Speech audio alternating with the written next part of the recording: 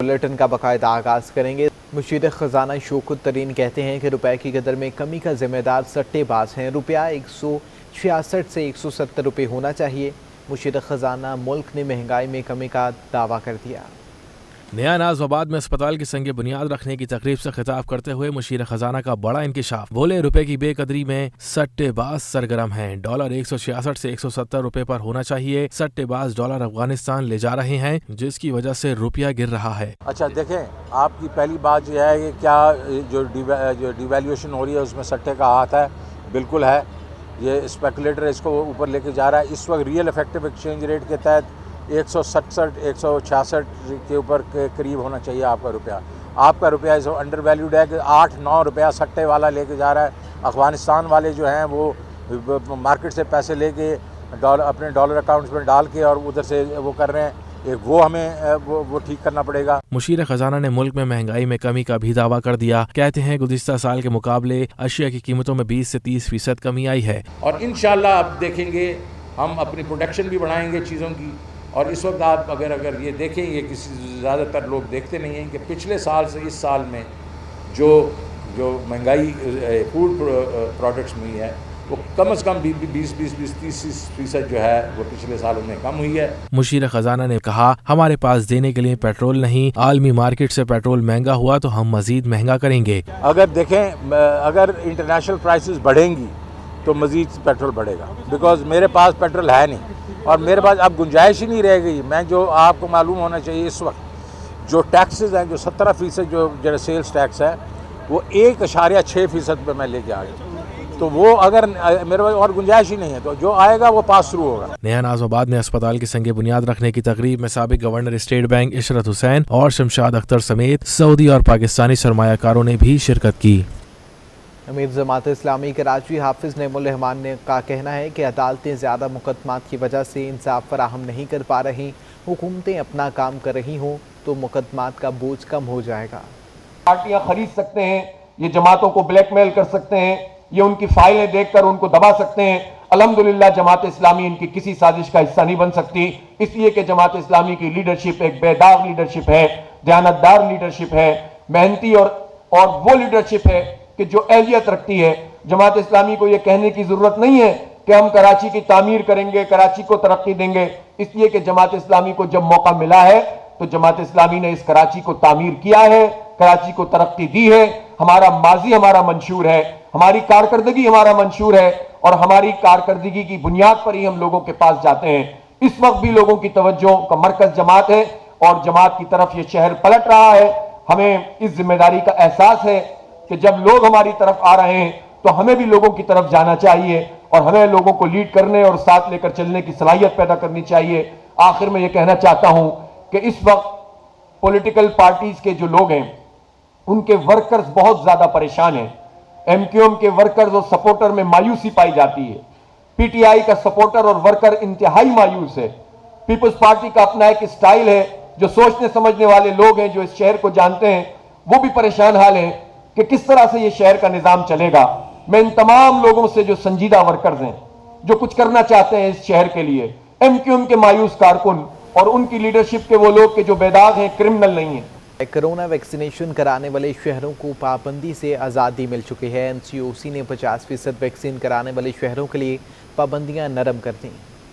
Vaccination करवाएं, पाबंदियों से निजात पाएं। एनसीओसी ने ज्यादा वैक्सीनेशन वाले शहरों के बड़े रिलीफ का ऐलान कर दिया। एनसीओसी के मुताबिक वैक्सीनेशन की बेहतर शरह वाले शहरों के लिए पाबंदियों में नरमी कर दी गई है, जिसका मकसद शहरियों की हौसला अफजाई करना है। एनसीओसी के मुताबिक NPIs में कमी का इतलाक 16 से 30 नवम्बर तक रहेगा। सूरत हाल का दोबारा जायजा 29 नवम्बर के इजलास में लिया जाएगा। कराची समेत 40% से कम वैक्सीनेशन शरह वाले शहरों में पाबंदियां बरकरार रहेंगी। एनसीओसी का कहना है कि पाबंदियों में रिलीफ चाहिए तो 40% से ज्यादा आबादी को वैक्सीनेशन कराना होगी। दूसरी जानिब एनसीओसी ने 12 से 15 साल के बच्चों की वैक्सीनेशन जुज़वी तौर मुअत्तल कर दी है। 15 से 27 नवंबर तक वैक्सीनेशन की मुअत्तली का फैसला कौमी इंसदाद खसरा और रूबेला मुहिम के बायस किया गया है।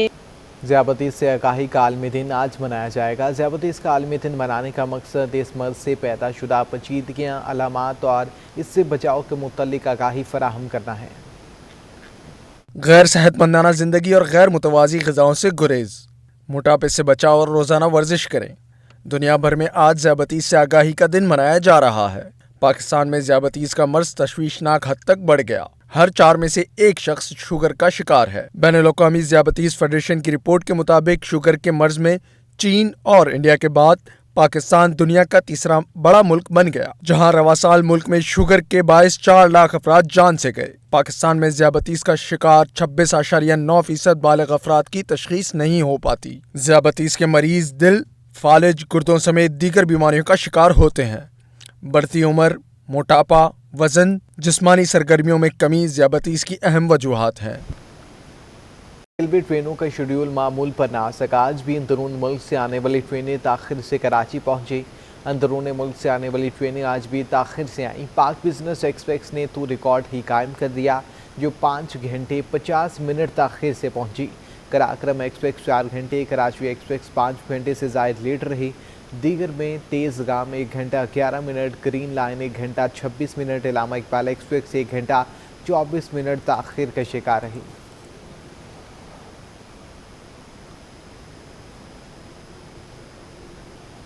बैरून मुल्क मुकीम पाकिस्तानियों ने अपने वतन डॉलर भेजने में इजाफा कर दिया है।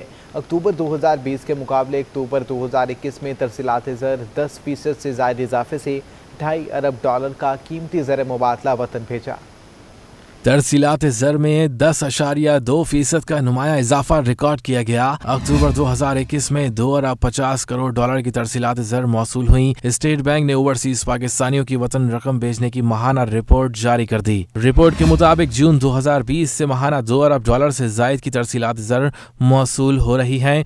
मुसलसल 8वां महीना है कि तरसीलात ज़र $2.5 अरब से ऊपर रही है। रिपोर्ट के मुताबिक रवा माली साल 4 माह में तरसीलात ज़र 12% इजाफे से $10.60 करोड़ रिकॉर्ड मौसूल हुई।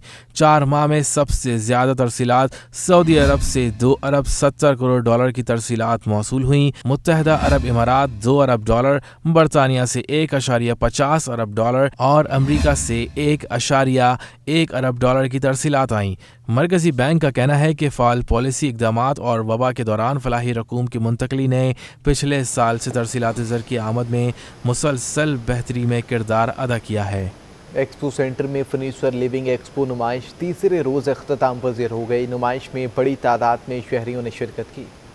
मुनफरिद डिज़ाइन के सोफ़ा सेट, वो भी डिस्काउंट के साथ। मगर संडे इस ऑफर का आखिरी रोज था। जिसने फायदा उठाना था उठा लिया, जो रह गया सो रह गया। एक्सपो सेंटर में सजी फर्नीचर लिविंग एक्सपो नुमाइश में मुख्तलिफ कंपनियों ने हिस्सा लिया और शहरियों की तवज्जो मज़बूल कराने के लिए अपनी मसनूआत पर रियायत दी। शहरियों ने सोफ़ा सेट, बेडरूम सेट समेत मुख्तलिफ अशिया में ख़ुसूसी दिलचस्पी ली। अच्छा मतलब ये और कोई आइडियाज़ वगैरह आती है, मतलब आगे अगर आपको मतलब कुछ करना वगैरह तो अच्छा गुड। थोड़ा सा डिफरेंस है मतलब कोई 20% ऑफर कर रहा है, कोई 25%, कोई 30% ऑफर कर रहा है। ये सोच के आए कि देखें जाके कि क्या चीज़ है, कितने प्राइस में फ़र्क है, क्या है, यही सोच के आए। लेकिन चीज़ें अच्छी हैं। मैं जब भी एग्जीबिशन होता है फर्नीचर का ज़रूर आता हूँ और हमने यहाँ से चीज़ें भी ली हैं, तो एक अच्छे एनवायरनमेंट में बहुत सही वैरायटी मिल जाती है, which is very very good. बहुत सारे डिज़ाइन देखने को मिल गए और एक सबसे अच्छी बात ये कि जो शोरूम्स के प्राइस है उनसे यहाँ कम रखा गया है। और हमारा जो पर्पस था वो एक्चुअली मोल्टी फॉर्म को जो विज़िट करना था, क्योंकि अभी परचेजिंग का जो है वो टाइम है, एंड ऑफ ईयर है। KCCI के सदर मोहम्मद अदरीस ने भी नुमाइश में शिरकत की। सिटी 21 न्यूज़ से गुफ्तगू करते हुए उनका कहना था कि जनवरी में माई कराची नुमाइश का इनेकाद करेंगे। हुकूमत से मुतालबा किया है कि एक्सपो सेंटर से वैक्सीनेशन सेंटर को हटाया जाए। और 3 दिन पहले हमारी रज़ाक दाऊद साहब के साथ और सेक्रेटरी TDAP के साथ मुलाकात हुई और हमने उनसे कहा कि चूँकि अब कोविड की सिचुएशन बेहतर हो गई है, तो ये जो इंक्यूबेशन सेंटर यहाँ बना हुआ है इसे फौरी तौर पे यहाँ से मूव होना चाहिए, ताकि जो यहाँ कराची में एक्टिविटी हो रही थी और जिससे बैनुल अक़वामी सतह पर हमारे इमेज को बेहतर करने में मदद मिल रही थी, तो वो रुक गई है। तो फौरी तौर पर इसको जो है खाली कराया जाए। 2 हॉल्स पर मुश्तमिल नुमाइश में 50 से ज़ायद कंपनियों ने अपनी मसनूआत नुमाइश के लिए पेश की थी। सदर KCCI ने कंपनियों के नुमाइंदों में सर्टिफिकेट तकसीम किए। कैमरा टीम के हमरा वसीम इफ्तिखार, सिटी 21। ऑस्ट्रेलिया पहली बार T20 क्रिकेट का आलमी चैंपियन बन गया। T20 वर्ल्ड कप के फाइनल में ऑस्ट्रेलिया ने न्यूजीलैंड को शिकस्त दे दी। कैंगरूज ने 173 रन का हदफ 19 ओवर्स में 2 विकेटों पर हासिल कर लिया। मिचेल मार्श ने 77 रन की मैच विनिंग इनिंग्स खेली, जबकि डेविड वार्नर ने 38 गेंदों पर 58 रन बनाकर फतह में अहम किरदार अदा किया।